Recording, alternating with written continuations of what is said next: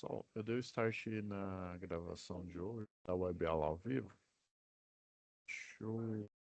Antes da gente iniciar aqui, tá? Vou fazer o compartilhamento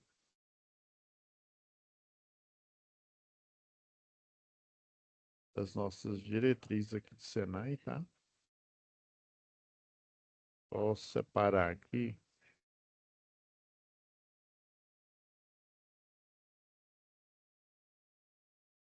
Posso separar aqui. Tá? Aí depois a gente, nessa aula propriamente dita, tá? Vou incluir o som.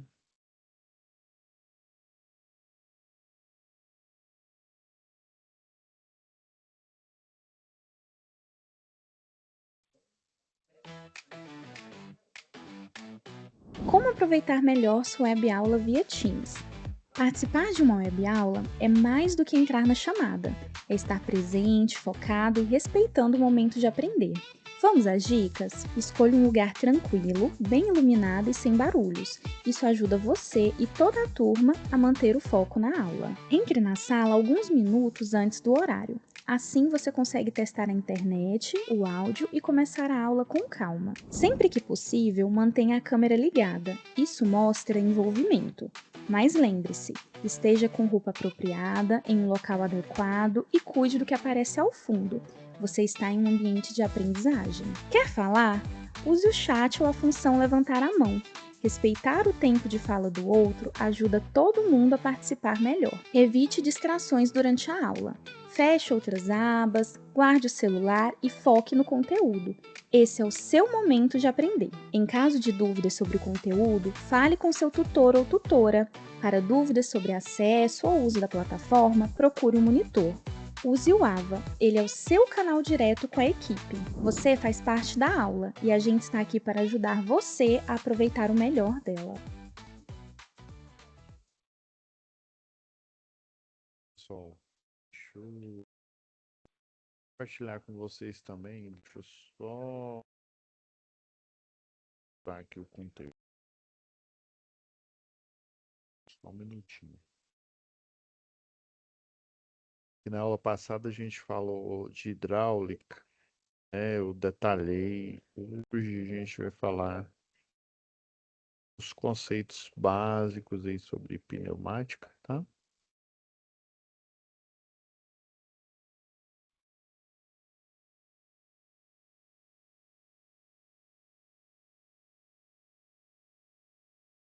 A gente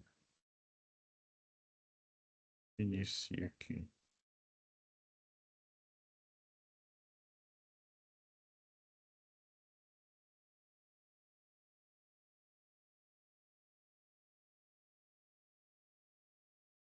Pronto.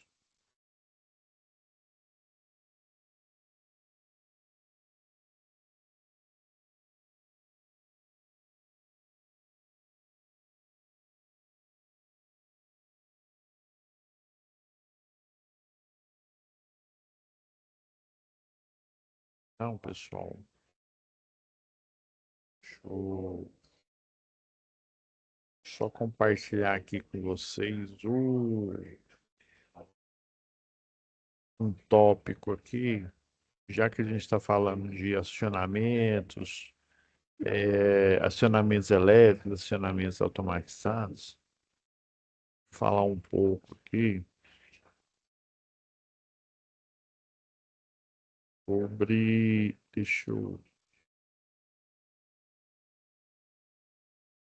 Eu só encontrar aqui o.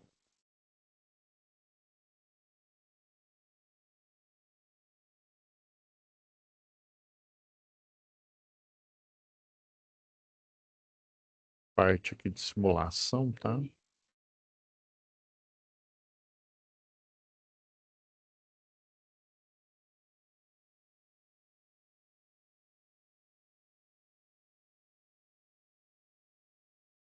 Aqui, achei. Deixa eu.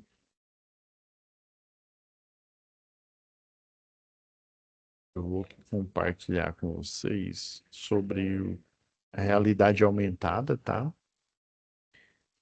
do Senai Play. Tá?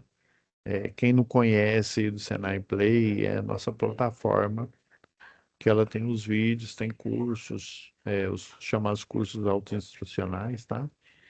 Então, é importante que você, né, vá, se inscreva, porque aí você tem certificados desses cursos. Além de você adquirir conhecimento, você tem, né, o certificado sobre eles, tá? Deixa eu compartilhar aqui a tela. Eu vou incluir o som, tá? Para que essa é a divulgação aqui do Senai Play.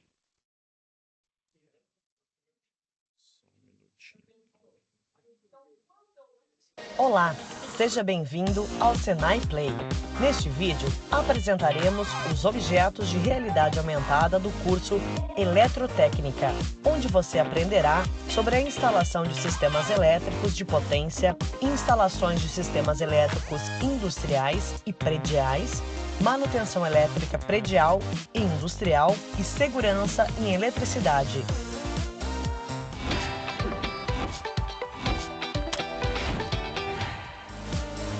Acionamento de dispositivos eletroeletrônicos automatizados, simulação do transporte com 2 atuadores pneumáticos. Instalações de sistemas elétricos de potência, CEP. Demonstração dos equipamentos e dispositivos de um CEP.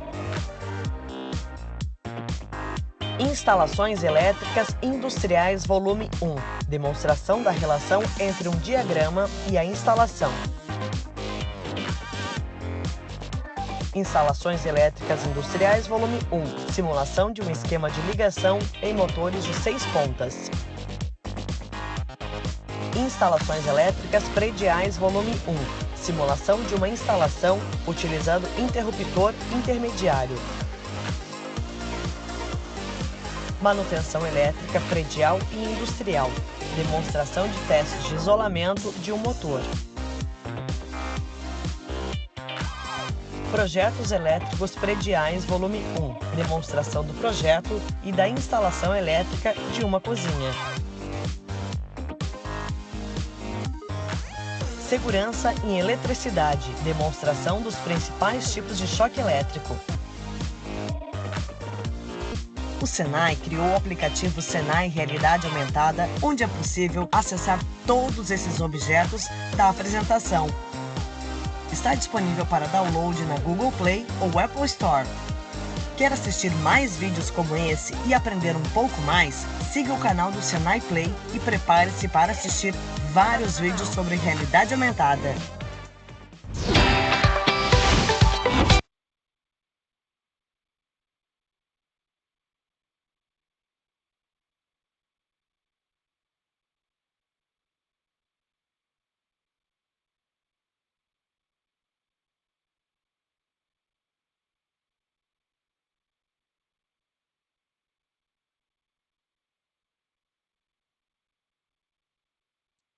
Oh, desculpa, pessoal, tava no mudo aí, foi mal. Então, o Senai Play, ele tem vários vídeos, mas não só o vídeo, você faz a sua inscrição, tá? Fazendo a sua inscrição, você faz esses cursos são autoinstrucionais. O que que é um curso autoinstrucional?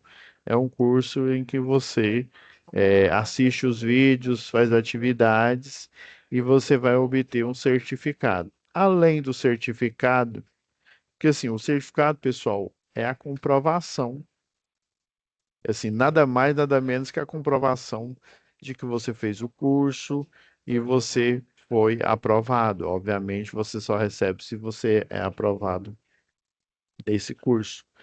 E é um incentivo, é algo a mais, né? Imagina você fazendo aqui o curso de eletrotécnico. Olha, eu tenho um recurso lá do Senai, que é o recurso de realidade aumentada, tá? Esses vídeos são novos, tá? Anteriormente eu já até havia passado alguns para vocês, tá? Mas esse de realidade aumentada é novo. Esse daqui sobre inteligência artificial, algoritmo, né?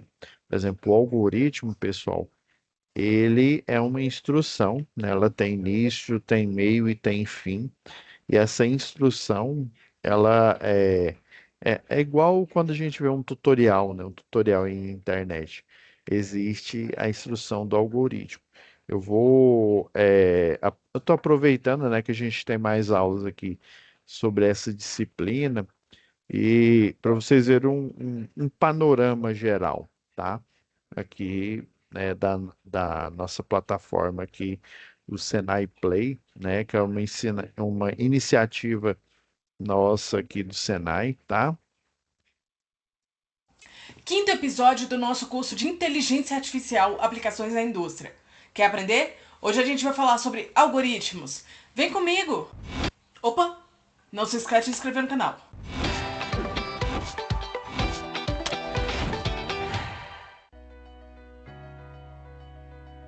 Agora, que tal aprofundar os conhecimentos em alguns exemplos de algoritmos? Aqui você vai conhecer dois deles: rede neural artificial e regressão linear simples. Vamos lá! Rede neural artificial. Redes neurais artificiais, ANN, são uma classe de técnicas de reconhecimento de padrões usando funções matemáticas inspiradas na estrutura biológica das redes de neurônios. Assim, uma ANN é composta por elementos processadores chamados neurônios, densamente interconectados, que são capazes de adquirir conhecimento com o passar do tempo. O neurônio artificial adquire conhecimento por meio de seu relacionamento com os demais neurônios, baseado na repetição de um conjunto de soluções em que a saída de um neurônio da rede compõe a entrada de outro. Fazendo um pequeno comentário aqui, pessoal. O, o algoritmo, né? Lembra que eu falei que é uma instrução, né? E ela tem início, tem fim, né? Ela pode ser estruturada, igual quando a gente faz a matéria aí lá na ciência da computação, até na engenharia elétrica, nós temos a introdução à ciência da computação, tá? Lá no curso de engenharia de software, né? Falar sobre algoritmos da inteligência artificial, com instruções propriamente dita, porque no programa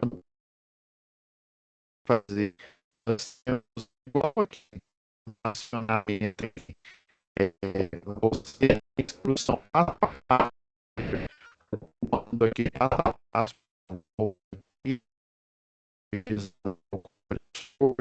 você tem o comando aqui, né, comando manual, o comando elétrico, né, ou comando pneumático, e esse comando vai ser ativado, vai ser acionado, tá? A partir dessa instrução detalhada, faça isso, resolva aquilo, né? E são instruções mesmo, né? É, e no caso da inteligência artificial, igual ela está falando aqui, são fórmulas matemáticas, né? São equações, tá? Equações lineares aí e elas têm uma relação entre na verdade, cada equação, cada neurônio é uma equação, e essa equação ela tem pesos, né? Esses pesos nada mais é do que a regressão linear é, aplicada com estatística. Esse peso, eles seriam a probabilidade, né? Qual que é a maior, por exemplo, quando você faz uma pergunta a uma LLM, né? Geralmente ela te dá uma resposta, né? Igual lá o GPT no início, ele te dá uma resposta. Mas se a gente fosse pegar a LLM pura, ela não te dá uma resposta. Na verdade, ela te dá uma probabilidade. Ela fala, olha, a probabilidade, por exemplo, mostra uma foto, faz um treinamento ali de máquina, né, mostrando várias fotos daquele objeto ou daquela pessoa ou de um animal, por exemplo, de um cachorro, tá? Então, ela vai dar a probabilidade de ser um cachorro, a probabilidade de ser um gato, tudo que tiver ali no banco de dados de aprendizado dela. Aí daí, para não ficar uma coisa vaga, ela pega essa maior probabilidade e aí o programa, né, que é diferente de um algoritmo normal, né? O algoritmo ele o aprendizado de máquina, o machine learning, ele aprende por exemplos, tá? No caso, uma programação estruturada, né? Igual a linguagem C, por exemplo, Pascal, né? E outras linguagens aí, linguagem científica como MATLAB, você fala o passo a passo que ela tem que fazer. Na inteligência artificial, né, que muitos especialistas aí, né, dizem que não é inteligência mesmo, e eu concordo. Nessa inteligência artificial, ela vai te dar uma resposta, né? Só que essa resposta ela não vem de um programa que basicamente o programa ele vai te dar as instruções, ou seja, a resposta para fazer todo aquele passo a passo. Aí no caso, né, ela te dá a probabilidade, né? Vamos pegar a resposta dela é normal, ela te dá a probabilidade, e daí a gente muda, né? Quando eu falo a gente, o pessoal que programa aí, né? A LLM, a IA, ele muda a programação para, em vez dela te dar as estatísticas, né? Qual a foto, essa foto tem a probabilidade de 90% ser cachorro, 30% de ser gato e 16% de ser um coelho. Então, qual que é a maior probabilidade? A maior probabilidade de ser um cachorro, que é de 90%. Então, a gente muda na programação para ela pegar a maior probabilidade, que é o que ela acha que é, né? E dar a resposta, em vez dela dar uma tabela de probabilidades ali, de estatística, né? Mais ou menos isso. Esses métodos podem ser usados para resolver problemas de regressão ou de classificação. Eles se relacionam com modelagem Deep Learning e têm muitos subcampos de algoritmos que ajudam a resolver problemas específicos. Uma das redes neurais mais utilizadas e populares é a Multilayer Perceptron, ou Perceptron Multicamadas, MLP. Perceptron Multicamadas, MLP, é uma rede neural ao Perceptron simples, que possui mais de uma camada de neurônios intermediária, as camadas ocultas. Em casos em que não há a possibilidade de uma única reta separar os elementos, há o uso da MLP, que gera mais de uma reta classificadora. O aprendizado nesse tipo de rede geralmente é feito por meio do algoritmo de retropropagação do erro, backpropagation. Na prática, MLPs são muito eficazes na formulação de modelos não lineares, mas a fase de treinamento tende a ser bastante lenta conforme o número de instâncias e parâmetros cresce. Regressão linear simples. Regressão linear simples é um algoritmo que compara dois modelos nos quais não há variáveis independentes e forma uma linha usando a variável dependente.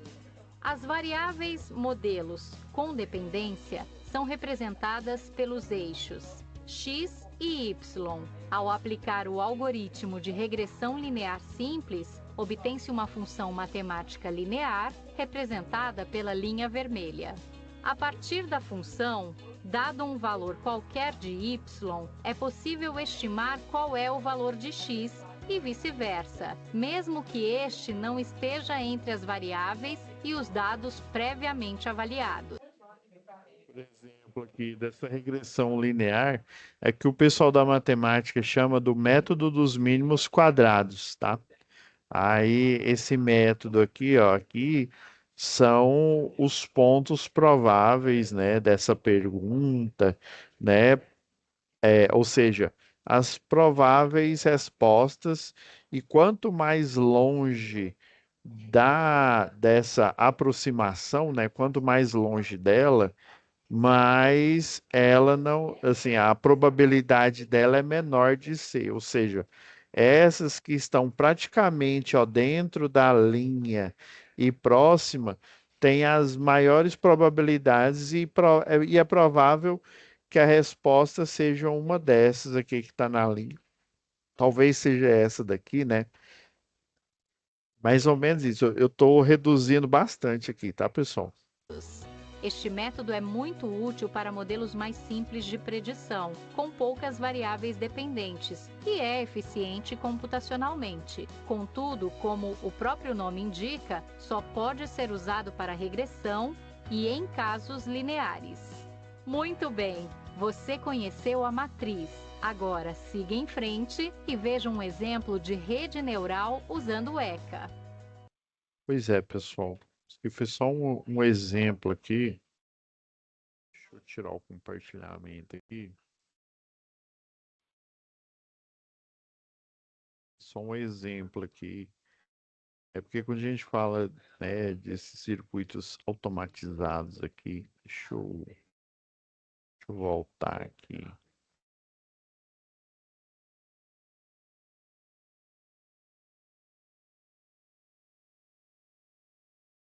Vou até pegar um exemplo, compartilhar novamente aqui. Pegar um exemplo aqui clássico.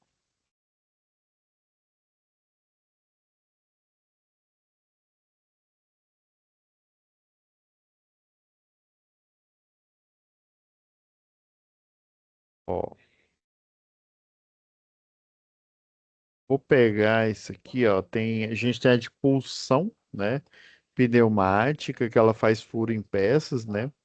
A serra pneumática e a guilhotina aqui. Até se não me falha a memória, na atividade eu mostrei essa daqui, ó, da guilhotina. Ó, que a serra é uma serra circular, tá? Serra pneumática aqui. E a punção.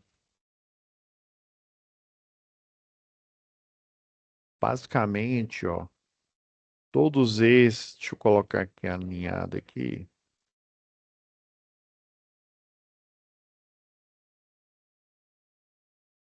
Eles utilizam o princípio aí, né? O maior princípio, diga-se de passagem, né? É o princípio da pressão, né? A gente estuda geralmente na lei geral lá dos gases, né? É que uma pressão, né? A variável, né? Pressão, ela depende de uma força e essa força ela é aplicada numa determinada área. Igual eu estava mostrando antes aí o pistão, né? O pistão, ele tem uma área aqui, né? Igual a gente está vendo nos desenhos aqui. Vamos pegar esse por punção aqui, ó. Tem um retorno por mola, bem semelhante às nossas atividades. Então, o pistão propriamente dito aqui, né?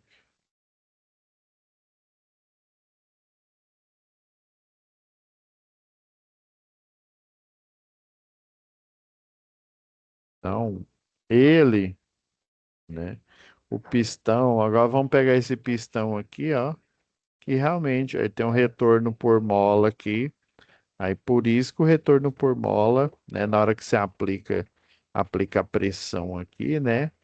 E aí, se você para de aplicar pressão, né,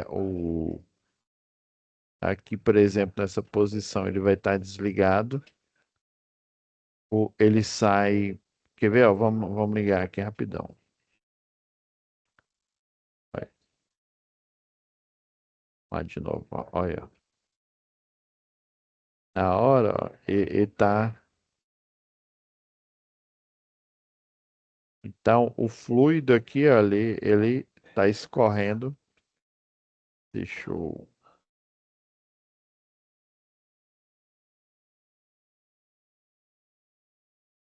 É que eu tô com a caneta aqui.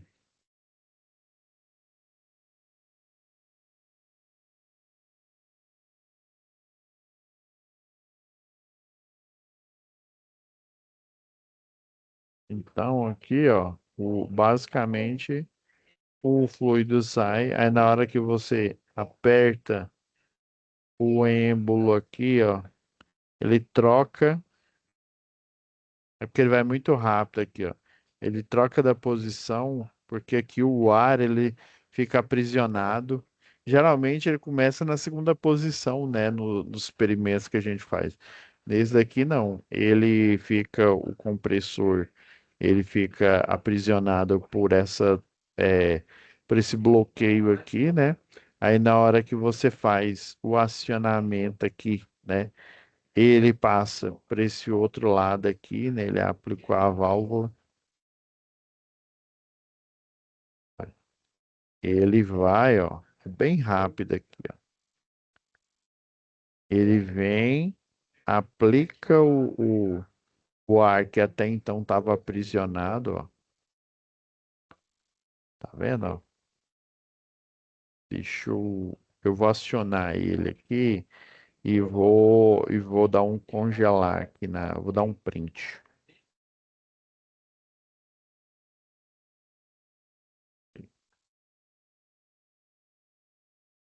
Eu acho que deu. Vamos ver. Tirar essa caneta aqui da mão, que aí vai dar certo. Ele pegou, mas ele pegou no final. Tentar na hora que ele. Ixi, não apertei tudo, não.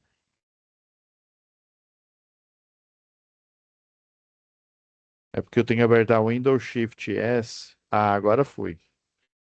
Eu queria pegar ela exatamente aqui. Essa posição aqui. Lembrando aqui, ó, de. Deixa eu. Lembrando de dar o destaque aqui ao professor Fernandes, tá? Lá do Senai aí do Ceará. Então, ó, quando ele vem aqui, ó, ele começa primeiro nessa posição, tá? Depois, quando aciona, ele vem para essa outra posição, ou seja, ele está aqui bloqueado e o fluido, né, o ar aqui, no caso, ele está descendo. Na hora que ele vira para essa outra posição aqui, ó, ele aplica o ar, mas só que tá vendo a seta, e essa seta aqui não é é de propósito, né? Então, a direção aí do fluxo de ar, ó, tá vindo do compressor aqui de baixo para cima, e aí quando ele muda a parte do bloqueio da válvula aqui, né?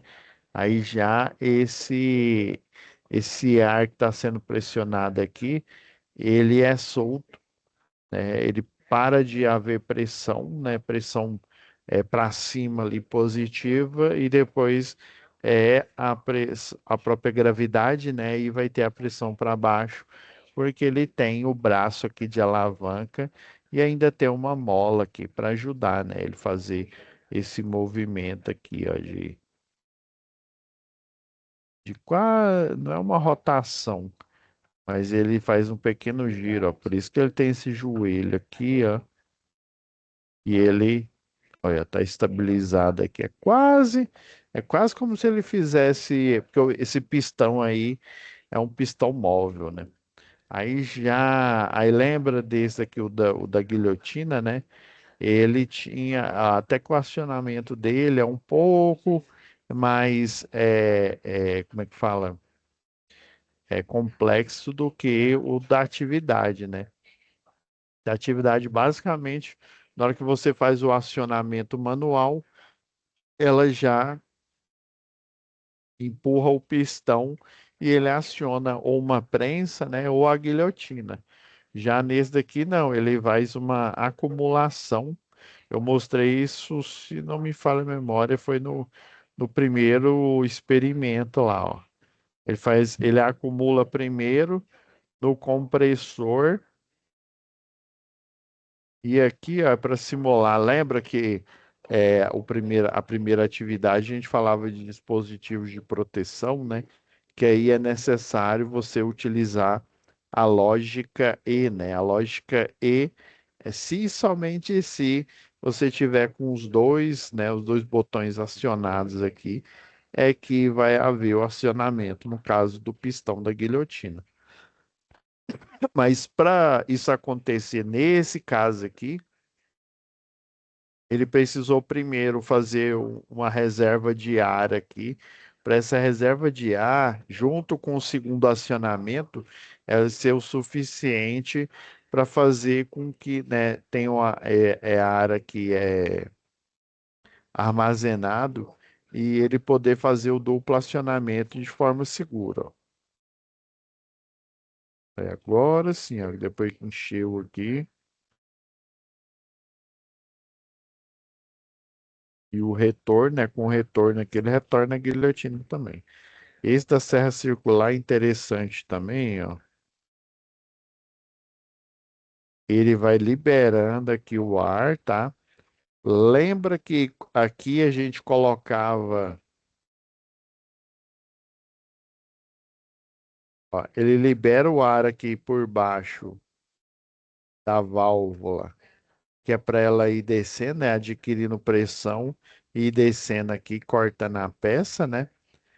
E depois ele libera o ar aqui para cima para ele fazer o movimento ao contrário.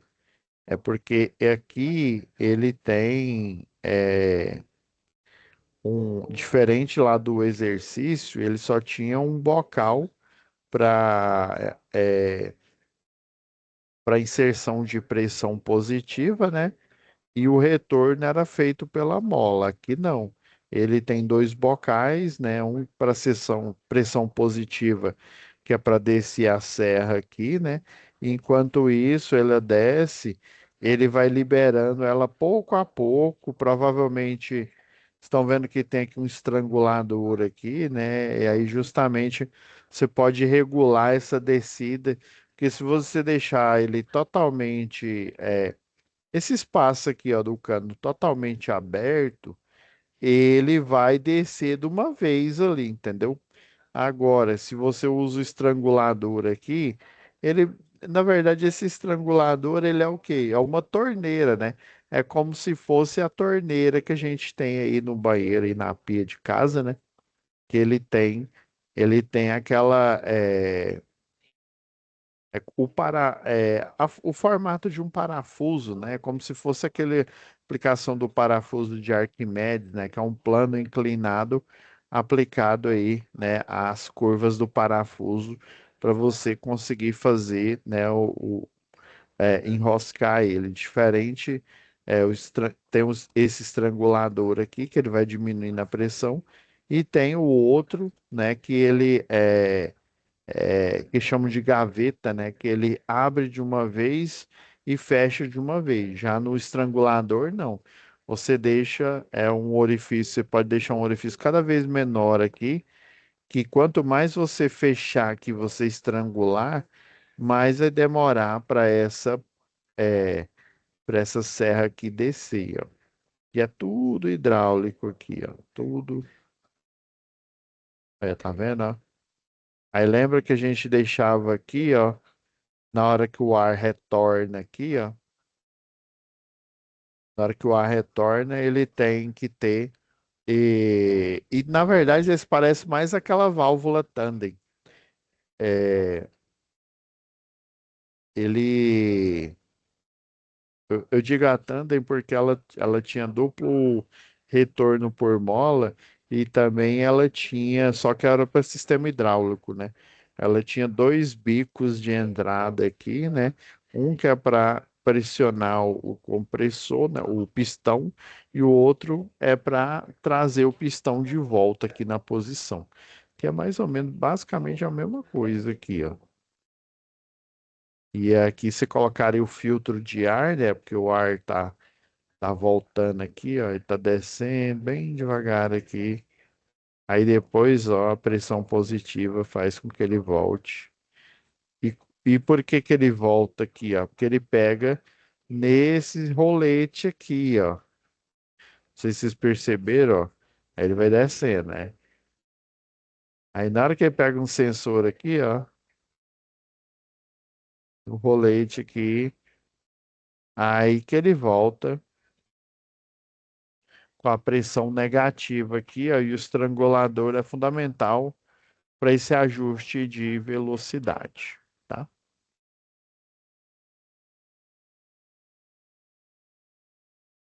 Então, esse aqui foi o princípio de, né, pressão, força por área. Então, todos os sistemas pneumáticos, pessoal. Desculpa, gente. Falta pouquinho aqui para a gente finalizar. Mas, assim, a gente tem que se habituar às unidades, né? Que a variável pressão, ela tem várias unidades de medida aí, né? Desculpa, uma das mais comuns aí de laboratório é a atmosfera, né? A pressão de uma atmosfera, a famosa, né, CNTPs, né? CNTP, que é condições normais de temperatura e pressão, tá? Então é uma atmosfera, a temperatura, se não me engano, é aproximadamente 24 graus, tá? A pressão de uma atmosfera é 24 graus. Ah, eu sei que tem mais variáveis, mas como é temperatura e pressão, é porque todo experimento que você for fazer, por exemplo, em laboratório, você tem que partir do princípio que esse experimento ele funciona em condições, vamos dizer assim, controladas, né? Aí o que seria a condição controlada ou condição normal de uso, aí seria para a pressão de uma atmosfera e a temperatura de 24 graus, tá? Então, um ATM, né? E aqui é a conversão, né? Da variável aqui, pressão, né? A unidade medida em atmosfera. E os outros aqui é a relação, né? Igual tá falando, a pressão ATM, né?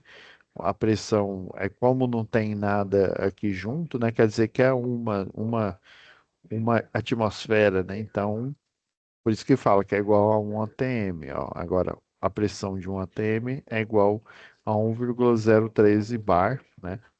E a pressão de um ATM é igual a 1 kg-força por centímetro quadrado. Já ia falando por polegada, né? Por polegada é outra coisa. Aí já não dá mais 1 cm², né? Porque uma polegada, se for falar de uma polegada quadrada, aí seria, ok, por centímetro quadrado, ou seja, por cada 1 cm², né? Aí polegada quadrada aí dá 2,75 já. Mas tem, viu? Geralmente, assim, nos Estados Unidos eles utilizam bastante essa unidade. E uma atmosfera equivale a 101,3 quilopascal, né? E o quilo aqui no caso já é, é potência de 10, né? Que é 10 elevado à terceira, ou a mesma coisa que multiplicar por 1000, né? Temos também, ó, em Pascal, se encontra aí na indústria. Uma atmosfera equivale a 14,7 PSI, também outro tipo de pressão aí, de conversão de unidade de pressão aí comum aí para laboratório. E também o famoso, né, uma atmosfera igual a 760 milímetros de mercúrio, né? Aí milímetro seria a medida linear mesmo, né? E aí, porque você usa uma coluna, né? Que chama, é uma coluna literalmente, né? Como se fosse um, um termômetro, tá? Só que aí, em vez, ele vai estar cheio de mercúrio, né? E aí, essa pressão vai ser comparada aí. Aí, quanto mais ele subir, maior a pressão aqui, tá? É igual o termômetro que tem mercúrio também, né? Aí já não é mercúrio, é Kg é mercúrio,